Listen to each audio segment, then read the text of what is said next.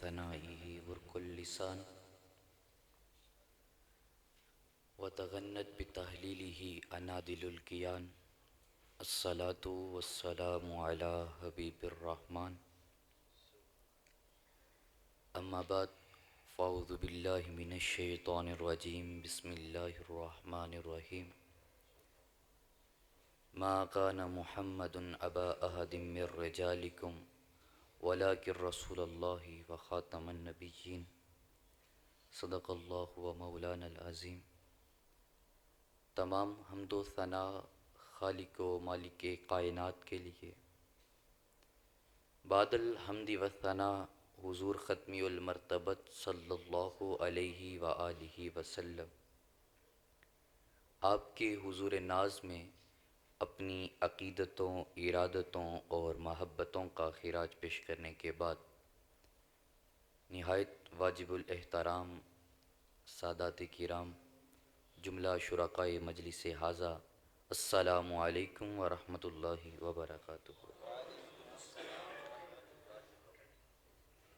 رب تعالیٰ کا 100,000 شکر کہ یہ ہمایوں ساعتیں ہمارا مقدر ٹھہری، یہ پرکیف گھڑیاں ہماری تقدیر کا حصہ ٹھہری، جس کے اندر ہم اس ماہ جبیں، اس زہرہ جبیں کا تذکرہ کریں گے اور سنیں گے کہ جن کی تشریف آوری سے یہ زمین رشک فلک بنے. عمیر نجمی کا ایک شعر ہے کہ سوال کتنے برس تک زمین تھی رشک فلک، سوال کتنے برس تک زمین تھی رشک فلک، جواب 63 برس یقین کے ساتھ. اور اس زمین کے اوپر کتنا قرض ہے میرے محبوب کے احسانوں کا. یہ شعر کس کا ہے مجھے تو یاد نہیں، وہ کسی نے سنایا تھا کہ آئندہ گزشتہ صدیوں پر سایہ ہے 63 برسوں کا، گزشتہ صدیوں پر سایہ ہے 63 برسوں کا. دنیا کی عمر بہت کم ہے اس قرض کو ادا کرنے کے لیے، تو دنیا کی عمر بہت کم ہے اس قرض کو ادا کرنے کے لیے. حضور علیہ الصلاۃ والسلام نے ارشاد فرمایا کہ مجھے دیگر انبیاء پر 6 خصوصیات دی گئیں، ان میں سے ایک خصوصیت یہ ہے کہ میں خاتم النبیین ہوں. بغیر تمہید کے میں اپنی گفتگو کا آغاز کرتا ہوں کہ عرب زمانے کے اندر منہ بولے بیٹے متبنہ کی بیوی کو حرام سمجھا جاتا تھا. اس طرح حرام سمجھا جاتا جس طرح سلبی بیٹے کی بیوی حرام ہوتی ہے. یہ ایک کبھی نظریہ تھا اور حلال محض کو حرام سمجھنا تھا. تو اللہ رب العزت نے چاہا کہ یہ نظریہ بالکل ختم ہو جائے اور اس کا بطلان خوب واضح ہو جائے. تو اس کبھی نظریے کے سد باب کے لیے حضور علیہ الصلاۃ والسلام کی ذات اقدس سے بڑھ کر کوئی علیق و انصب ذات نہیں تھی. اس لیے کہ حضور علیہ الصلاۃ والسلام جو عمل کریں گے امت کو اس کے جواز میں کسی قسم کا شک و شبہ نہیں رہے گا. اگر کوئی اور عمل کرے گا تو اس میں اختلافات پائے جا سکتے ہیں. آپ یوں کہہ لیں کسی اور کا عمل شریعت نہیں بنتا جبکہ میرے محبوب کا عمل شریعت بن جاتا ہے. واقعہ یہ ہے کہ حضرت زید بن حارثہ یہ حضور کے منہ بولا بیٹے ہیں. آپ کا نکاح ہو گیا حضرت زینب بنت جحش سے. حضرت زینب چونکہ حسب و نسب میں حضرت زید سے اعلیٰ تھی اور حضرت زید ایک آزاد کردہ غلام تھے. زوجین کے مابین ذہنی ہم آہنگی نہ ہو سکی جس کی وجہ سے کشیدگی پیدا ہوتی رہی اور نوبت طلاق تک جا پہنچی. حضور علیہ الصلاۃ والسلام حضرت زید کو منع فرماتے رہے مگر جو منشا خداوندی تھا، تقدیر الہی تھی، وہ ہو کر رہا. حضرت زید نے حضرت زینب کو نکاح، حضرت زینب کو طلاق دے دی. پھر حکم خداوندی کے ساتھ، منشا خداوندی کے ساتھ حضور علیہ الصلاۃ والسلام نے حضرت زینب سے نکاح فرما لی. حضرات کسی معاشرہ کے اندر کوئی رسم عام ہو جائے خواہ وہ بری ہی کیوں نہ ہو، تو جب آپ اس کی مخالفت کریں گے آپ کو مزاحمت کا، تنقید کا سامنا کرنا پڑے. تو جب حضور علیہ الصلاۃ والسلام نے اس کبھی و شنی رسم کا کلیتاً سد باب فرمایا تو مومنین نے تو سر تسلیم خم کر لیا، لیکن جو مخالفین تھے انہوں نے اپنے قلبی بغض اور باطنی عداوت کا خوب اظہار کیا. تو ان کے جواب میں رب تعالیٰ نے اس آیت مبارکہ کو نازل فرمایا، ما کان محمد ابا احد من رجالکم ولکن رسول اللہ وخاتم النبی۔ یہاں پر ایک سوال ہے کہ حضور کے بیٹے تو تھے، پھر کیوں کہا گیا محمد تمہارے مردوں میں سے کسی کے باپ نہیں؟ تو اس کا ایک سادہ سا جواب یہ ہے کہ آیت مبارکہ کے اندر لفظ رجال استعمال ہوا ہے جو رجل کی جمع ہے، اور رجل عربی میں اس کو کہتے ہیں جو بلوغت کو پالے، جوانی کو پالے، وہ رجل کی تعریف میں شامل ہو جاتا ہے۔ جبکہ تمام اصحاب سیر کا اس بات پر اتفاق ہے کہ حضور کے ابناء کرام، حضور کے بیٹے بچپن میں ہی فوت ہو گئے تھے، تو ان پر رجل کا اطلاق ہی نہیں ہوتا۔ تو اس لیے رب تعالیٰ نے ارشاد فرمایا محمد تمہارے مردوں میں سے کسی کے باپ نہیں، صلی اللہ علیہ وآلہ وسلم۔ اب یہاں پر ایک اور بات، بڑا لطیف نقطہ ہے کہ حضور کی عام جو روایت ہے معاشرہ کے اندر وہ یہ چلتی ہے کہ نسل بیٹوں سے چلا کرتی ہے، لوگوں کی نسل ان کے بیٹوں سے چلتی ہے، مگر حضور کی نسل آپ کی بیٹی سے چلی۔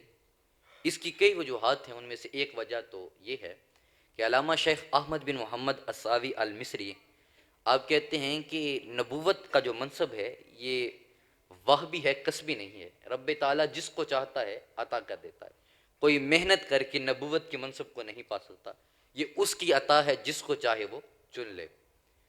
اب یہ اللہ تعالیٰ انبیاء کو فضیلت دیتا ہے کہ ان کی اولادوں کے اندر نبوت کے سلسلہ کو چلاتا ہے، جس طرح حضرت ابراہیم خلیل اللہ علیہ السلام ان کی اولاد کے اندر نبوت کا سلسلہ چلایا گیا۔ اب حضور علیہ السلام افضلہم و اکرمہم، حضور سب سے افضل بھی ہیں، اکرم بھی ہیں۔ اب حضور کی کوئی اولاد ہوتی، بیٹے ہوتے، وہ بلوغت کو پاتے، تو کسی کے ذہن میں یہ خیال آ سکتا تھا، جس طرح لوگوں کے ذہن میں یہ خیال آیا کہ نعوذ باللہ حضور ہم جیسے ہیں، تو کسی کے ذہن میں یہ خیال آ سکتا تھا کہ حضور کی اولاد کو نبوت کا منصب کیوں نہ دیا گیا، ان میں کوئی روحانی کمی تھی، کوئی کجی تھی۔ رب نے حضور کی اولاد کو لمبی عمر نہ دے کر حضور کی ختم نبوت کا تحفظ بھی کیا، میرے محبوب کی افضلیت کا تحفظ بھی کیا۔ تو محبوب کی افضلیت اور ختم نبوت کا یہ تحفظ میرے رب تعالیٰ نے فرمایا ہے۔ پھر آیت مبارکہ کے اندر آگے الفاظ ہیں وَلَٰكِن رسول اللہ، مگر وہ اللہ کے رسول ہیں۔ انسان کی رشد و ہدایت کے لیے رب تعالیٰ کی طرف سے جو اعلیٰ ہستیاں تشریف لاتی ہیں، شریعت اسلامیہ میں ان کے لیے جو ٹرمنالوجی استعمال ہوتی ہے وہ دو ہی ہیں، دو ٹرمز ہیں، ایک نبی کی ہے اور ایک رسول کی ہے۔ نبی یہ ہوتا ہے کہ جو غیب کی خبریں دیتا ہو، تمام مخلوق سے افضل ہو، اعلیٰ ہو، اس پر وحی آتی ہو، اور رسول وہ ہوتا ہے جو صاحب کتاب ہو، صاحب شریعت ہو۔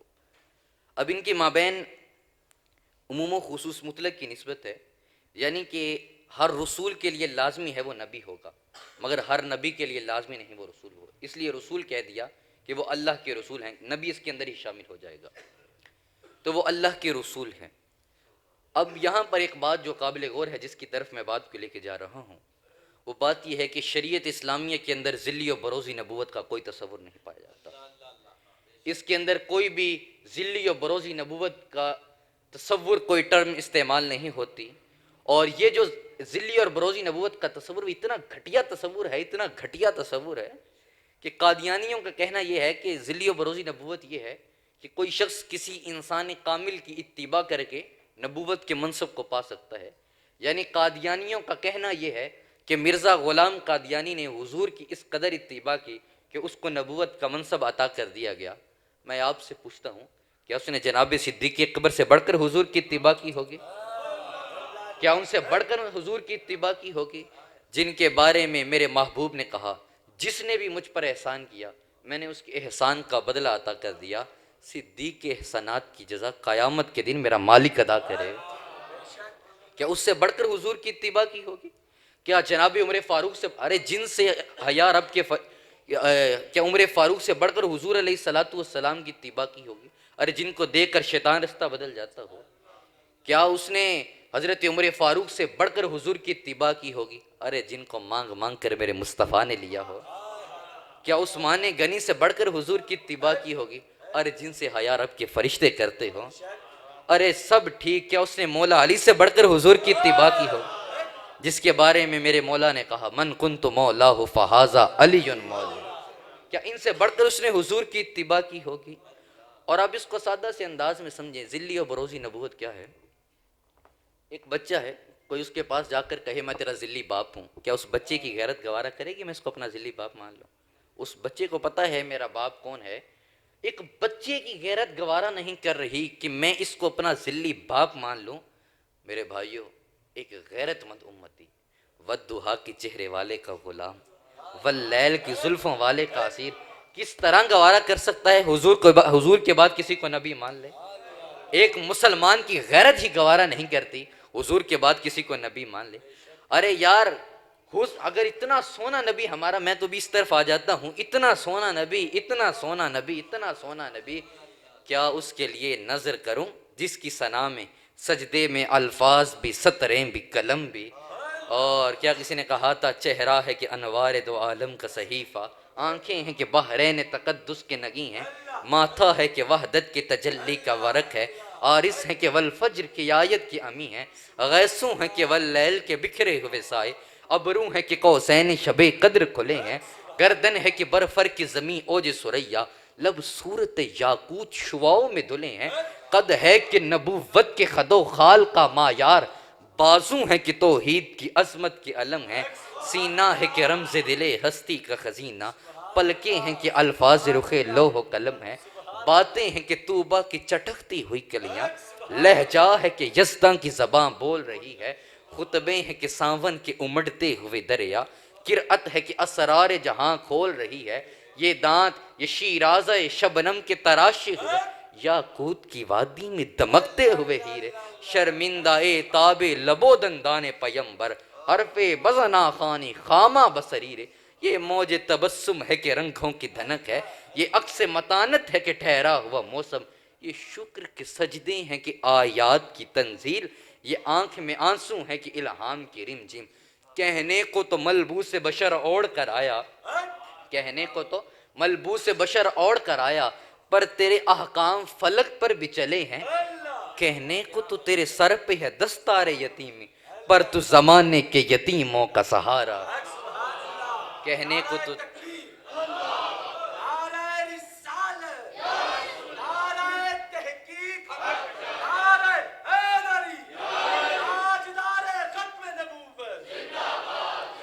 اتنا سونا نبی کہ زمانہ اس کے حسن کی خیرات پا رہا ہے.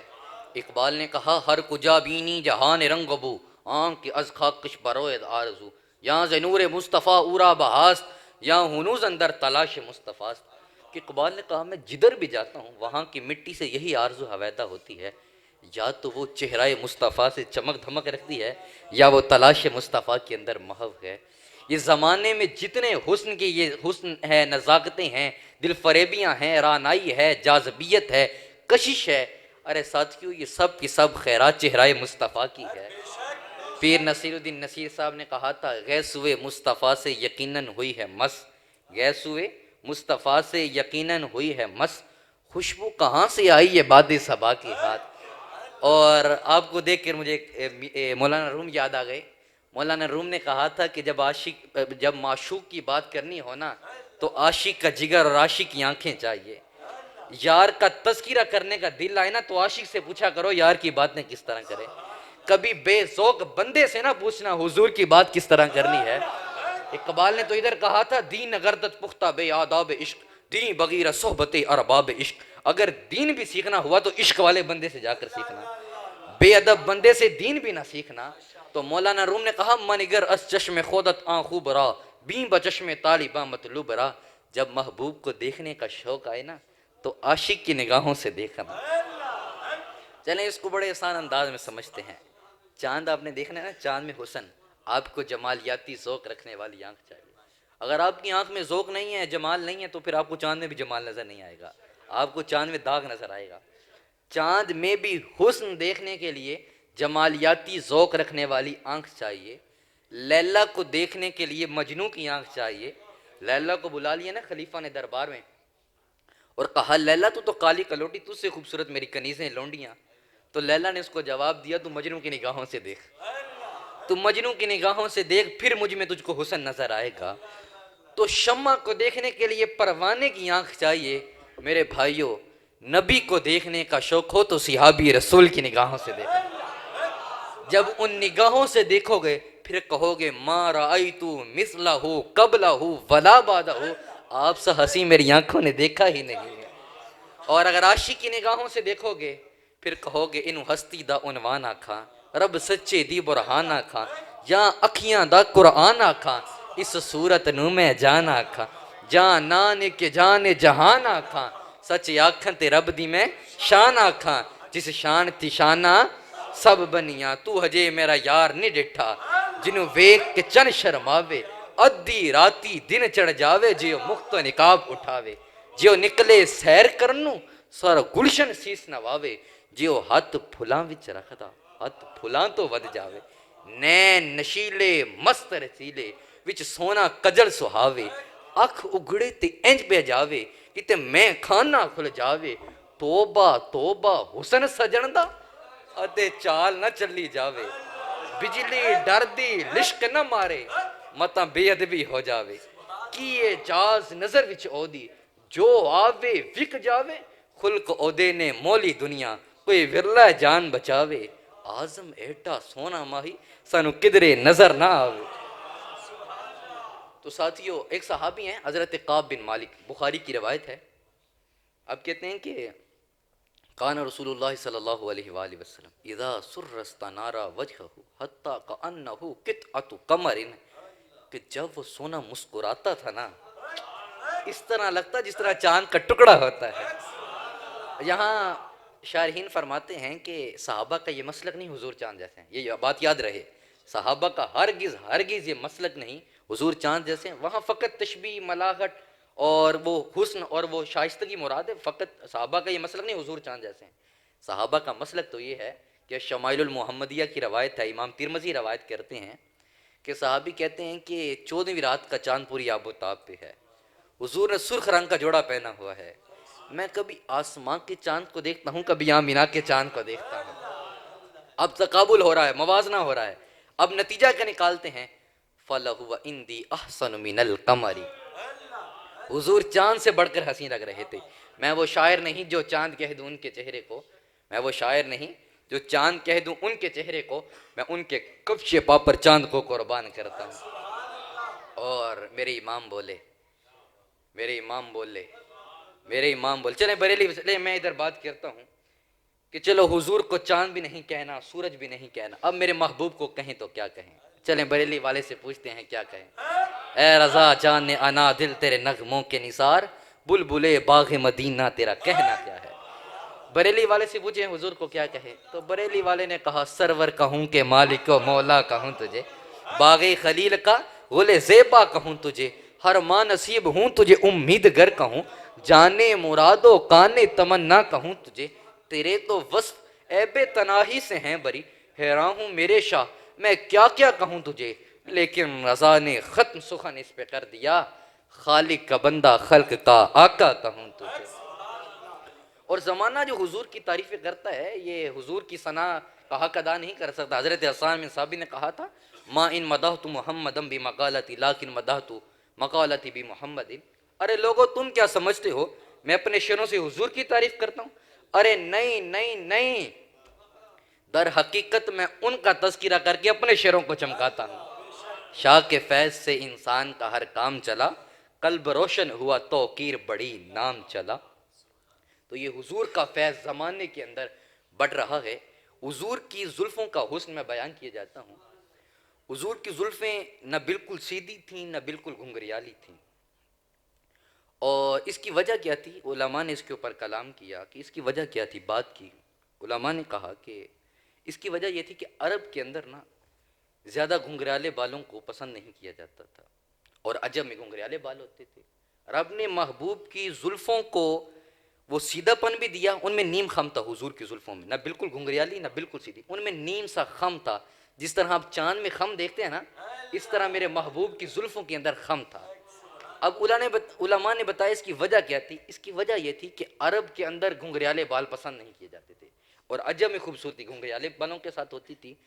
رب نے محبوب میں عرب کا حسن بھی جمع کر دیا، عجم کا حسن بھی جمع کر دیا.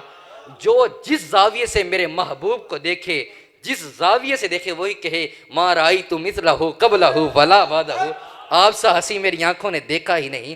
فارسی والا دیکھے تو وہ کہے بود شوق تو افزوں گرچہ بینم تیرا ہر روز وگل را باد سالی، اور اگر کوئی پنجابی والا دیکھے تو ہجے میرا یار نہیں ڈٹھا جنہوں ویک کے چند شرم آوے، اور جس زبان والا جس لہجے کے اندر دیکھے اس لہجے کے اندر ہی کہے لم یاتی نظیر کفی نظرن مثلے تو نہ شد پیدا جانا جگ راج کو تاج تو رے سرسو ہے تجھ کو شہید سرا جانا انفی اتشم وسخا کا اتم اے غیسو پاک ابر کرم برسن ہارے رم جم دو بوند ادھر بھی گرا جانا۔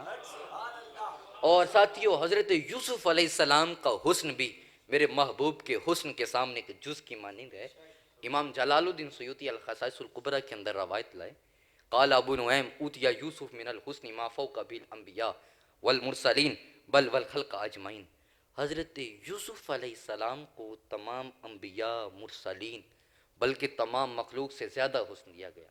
وَأُوتِيَ نَبِيُّنَا مِنَ الْجَمَالِ، مگر میرے نبی کو جو جمال دیا گیا وہ کسی کا مقصور نہ ٹھہرا۔ وَلَمْ يُؤْتَ يُوسُفُ إِلَّا شَطْرَ الْحُسْنِ وَأُوتِيَ نَبِيُّنَا جَمِيعَهُ، حضرت یوسف علیہ السلام کو حسن کا ایک جز عطا کیا گیا، میرے نبی کو حسن کل عطا کیا گیا۔ حضرت یوسف کا حسن بھی میرے محبوب کے حسن کے سامنے تو جز کی مانند ہے۔ اور اعلیٰ حضرت کہتے ہیں حسن یوسف پہ کٹی مصر میں انگشت زنا، سر کٹاتے ہیں تیرے نام پہ مردان عرب۔ اور اس شعر کی وضاحت سے پہلے میں ذرا ام معبد کے جو اس نے لہجہ اختیار کیا اس کی طرف جانا چاہوں گا۔ ام معبد نے جو حضور کا حسن جمال وہ بیان کیا، وہ جلال بیان کیا، اس میں ایک لفظ استعمال کیا۔ ام معبد نے کہا میرے محبوب کا حسن ایسا تھا کہ میرا محبوب قسیمن، میرا محبوب قسیم تھا۔ قسیم کیا ہوتا ہے؟ علماء نے کہا کہ قسیم یہ ہوتا ہے کہ جس کا ہر عضو علیحدہ علیحدہ طور پر اپنے اندر حسن کا جہاں آباد کیے ہوئے ہو۔ بعض اوقات لوگ ہوتے ہیں ان کی زلفیں بڑی حسین ہوتی ہیں، وہ میر کے لہجے میں کہوں تو ہم ہوئے تم ہوئے کہ میر ہوئے، ان کی زلفوں کے سب اسیر ہوئے۔ اور بعض لوگ ہوتے ہیں ان کا چاہے زنخدہ بڑا خوبصورت ہوتا ہے، چاہے زنخدہ کہتے ہیں کہ ٹھوڈی کے اندر جو گڑھ ہوتا ہے نا اس کو چاہے زنخدہ کہتے ہیں۔ وہ کسی نے کہا تھا ڈوب کر مرنے کا شوق اس سے پوچھے قاتل، ڈوب کر مرنے کا شوق اس سے پوچھے قاتل، جس نے دیکھا یہ تیرا چاہے زنخدہ ہوں گا۔ تو ہر کسی کا ایک اپنا انداز ہے حسن دیکھنے کا۔ تو جو کس زاویے سے بعض لوگ ہوتے ہیں ان کا حسن زلفوں میں بڑا ہوتا ہے، چاہے زنخدہ میں ہوتا ہے، آنکھوں میں ہوتا ہے، رخساروں میں ہوتا ہے، ہر کسی کے حسن کا الگ الگ اپنا معیار ہوتا ہے۔ ایک اگر کوئی شخص زلفوں میں حسین ہے ہو سکتا ہے وہ ناک کے اعتبار سے اتنا حسین نہ ہو، بعض لوگ ہوتے ہیں آنکھوں کے اعتبار سے بڑے حسین ہوتے ہیں، جمیل ہوتے ہیں، مگر رخساروں میں وہ حسن نہیں ہوتا۔ بعض اوقات ہوتے ہیں چہرے کے اندر حسن ہوتا ہے مگر وجود کے اندر حسن نہیں ہوتا۔ ام معبد نے کہا میرے محبوب کو جس طرح دیکھو گے اس طرح ہی تجھے اس کے اندر حسن کا جہاں نظر آئے گا، اور ایسا جہاں نظر آئے گا ابہى الناس واجملهم من بعید واحلاهم واحسنهم من قریب۔ بعض لوگ ہوتے ہیں دور سے بڑے بھلے لگتے ہیں، دور سے دیکھنے میں بڑے حسین لگتے ہیں، اور اگر آپ اس کو حسن سے نکال کر اپنی پریکٹیکل لائف کے اندر لے آئیں تو آپ ادھر بھی دیکھ لیں۔ بعض لوگ لائم لائٹ کے اندر فیم کے اندر ہمیں بڑے حسین لگتے ہیں، ہمیں فیس بک کے اوپر یوٹیوب کے اندر اور دیگر سوشل میڈیا پلیٹ فارمز کے اوپر بڑے حسین لگتے ہیں، مگر جب ہم ان کی قربت میں جاتے ہیں تو ہمیں وہ چاشنی نصیب نہیں ہوتی، وہ لذت نہیں آتی۔ میں کہتا ہوں ام معبد نے محبوب کا حسن بیان کیا ہی کیا، محبوب کی سیرت کو بھی بیان کر دیا کہ ان کی سیرت ایسی دور سے دیکھنے والا تو کہتا ہی کہ حسین ہے، جمیل ہے، جو قریب سے آ کر دیکھتا وہ کہتا اتنا خوبصورت چہرہ، اتنا خوبصورت چہرہ کسی جھوٹے کا چہرہ ہو ہی نہیں سکتا، اتنا خوبصورت چہرہ۔ تو ام معبد نے کہا جو دور سے دیکھتا وہ تو کہتا حسین ہے، جمیل ہے، تو جو قریب سے دیکھتا وہ کہتا وَأَحْسَنُ مِنْكَ لَمْ تَرَ قَطُّ عَيْنِي، آپ سا حسین میری آنکھوں نے دیکھا ہی نہیں۔ پھر خود ہی آگے ساری بات کی وضاحت کر کے جواب دے دیا وَأَجْمَلَ مِنْكَ لَمْ تَلِدِ النِّسَاءُ، اتنا خوبصورت کسی ماں نے جنا ہی نہیں ہے، یہ آنکھیں دیکھتی کیسے، اتنا خوبصورت کسی ماں نے جنا ہی نہیں ہے۔ تو اعلیٰ حضرت نے کہا تو حسن یوسف پہ کٹی مصر میں انگشت زنا، سر کٹاتے ہیں تیرے نام پہ مردان عرب۔ میں اس شعر کی وضاحت کر کے اپنی گفتگو کو سمیٹوں گا کہ اعلیٰ حضرت نے کہا وہاں حسن ہے یہاں فقط نام ہے۔ انسان حسن کو دیکھتا ہے، اگر آپ جمالیاتی ذوق رکھتے ہوں، میں ادب کا اسٹوڈنٹ ہوں اس وجہ سے میرا تھوڑا جمالیاتی ذوق ہے، اور اگر آپ کے اندر جمالیاتی ذوق ہو، آپ کسی اور مثال کی طرف نہیں جاتا. آپ یہ چلے جائیں مری والے علاقہ کے اندر جہاں اونچے اونچے پربت ہوتے ہیں، حسین جھیلیں ہوتی ہیں، تو آپ جب جاتے ہیں تو چند لمحوں کے لیے ساکت ہو جاتے ہیں، مبہوت سے ہو جاتے ہیں. آپ کی نگاہوں کے سامنے وہ مناظر رقصاں ہوتے ہیں. میں مختصر کہوں گا، آپ وہاں سے واپس بھی آ جاتے ہیں مگر دل وہیں چھوڑ آتے ہیں. آپ وہاں سے آ جاتے ہیں، جو جمالیاتی ذوق رکھتا ہوگا وہ بات اچھے انداز سمجھ سکتا. وہاں حسن، انسان حسن کو دیکھ کر مبہوت ہو جاتا ہے. تو اعلیٰ حضرت نے کہا، امام عاشقہ نے کہا، ہمارے امام نے کہا، بریلی والے نے کہا کہ وہاں حسن تھا، حسن بھی بے حجاب تھا. وہاں حسن تھا، حسن شباب پر تھا، بے حجاب تھا. یہاں فقط آقا کے نام پر گردنیں کٹوائی جاتی ہیں. دیکھنا تو بڑی دور کی بات، فقط نام پر گردنیں کٹوائی جاتی ہیں. وہاں پر مصر تھا، یہاں پر عرب ہے. مصر میں حسن شناسی پائی جاتی ہے، عرب میں نہیں پائی جاتی. مصر میں حسن شناسی پائی جاتی ہے. وہاں مصر تھا، یہاں پر عرب ہے. وہاں پر عورتیں تھیں، یہاں پر عرب کے بدو ہیں. عورتیں صنف نازک ہوتی ہیں، یہ جلدی مائل ہو جایا کرتی ہیں بمقابلہ مرد کے اندر. تو وہ ادھر عورتیں تھیں، یہاں پر مرد ہیں. وہاں پر کٹی ماضی کے اندر عمل ہوا، دوبارہ دہرایا نہیں گیا. یہاں کٹاتے ہیں، استمرار ہے. 1400 سال ہو گئے، آج بھی آقا کے نام پر گردنیں کٹوائی جاتی ہیں. وہاں پر کٹی، عدم قصد تھا، عدم ارادہ تھا، خود نہیں کاٹی، بس بے دہانی میں کٹ لی. سامنے حسن کو شباب میں دیکھا، پھل کاٹنا تھا، انگلیاں کاٹ لی. یہاں فقط آقا کے نام پر گردن کٹوانا یہ سعادت سمجھی جاتی ہے. عبدالستار خان نیازی صاحب، آپ کو جب تحریک ختم نبوت کے دوران گرفتار کر لیا گیا، آپ کے پاس، آپ پابند سلاسل ہو گئے، آپ کے پاس موت کا پیام آیا. You will be hang by neck till you are dead. تو جب یہ موت کا پیام آیا تو آپ نے پکڑا، چوم کر آنکھوں سے لگا لیا. داروغہ بڑا حیران ہوا کہ یہ پیام آتا ہے، یہ پیغام آتا ہے. بڑے بڑے سورماؤں کے پتے پانی ہو جاتے ہیں، مگر یہ حضرت ہیں کہ چوم کر آنکھوں سے لگا رہے. عبدالستار خان نیازی صاحب نے کہا، اس date I was prepared to take more debt. If I would have got 100,000 lives, I would lay down those for the case of Holy Prophet Muhammad صلی اللہ علیہ وآلہ وسلم. میں سادہ سے انداز میں کہوں گا، عبدالستار خان نیازی صاحب نے کہا، بیبا اتنی محنتیں حضور کے نام پہ مرنے کے لیے تو کی ہیں، اتنی محنتیں حضور کے نام پہ قربان ہونے کے لیے تو، یہ ایک جان کیا چیز ہے. کروں تیرے نام پہ جان فدا، نہ بس ایک جان دو جہاں فدا، تو جہاں سے بھی نہیں جی برا، کروں کیا کروڑوں جہاں نہیں. اور جامی کے لہجے میں کہوں تو، اسے جامی گر تو سر خواہی دیدہ، برد فرمان تو بالسر والعین.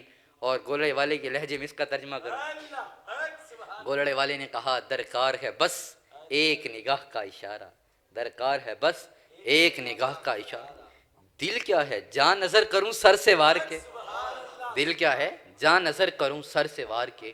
تو جس نے بھی محبوب کا حسن، جمال، دل فریبی، رانائی، اس کی کشش اور وہ جاذب نظری بیان کی، اس نے اختتام پہ اتنا کہا، میں نے آپ سا حسین دیکھا ہی نہیں، آپ اتنے حسین ہیں، اتنے جمیل ہیں کہ بریلی سے میرے امام نے کہا، بلبل نے گل ان کو کہا، بلبل نے گل ان کو کہا، کمری نے سروے جاں فضا، حیرت نے جھنجھلا کر کہا، یہ بھی نہیں وہ بھی نہیں، خورشید تھا کس زور پر، کیا بڑھ کے چمکا تھا قمر، بے پردہ جب وہ رخ ہوا، یہ بھی نہیں وہ بھی نہیں.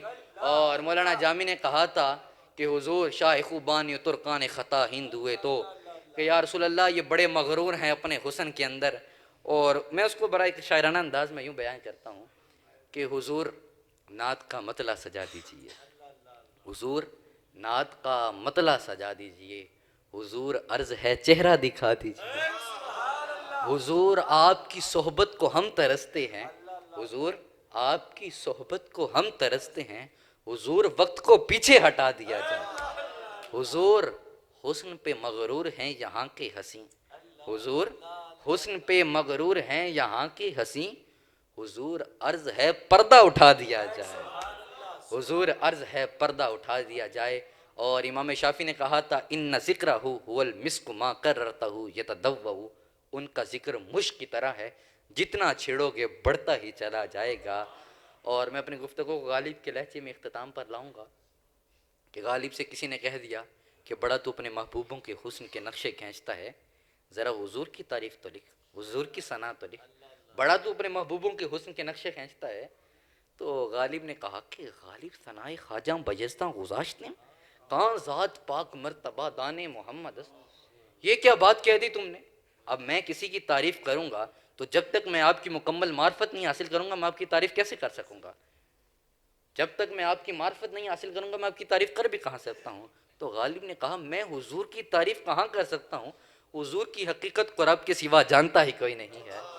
کار ما آخر شدو آخر ز مکار نشد مشت خاک ما غبار کوچائے یار نشد. نہ حسن شکایت دارت نہ سادی را سخن پایا بمیرت تشن مستشکی و دریا ہم چنا.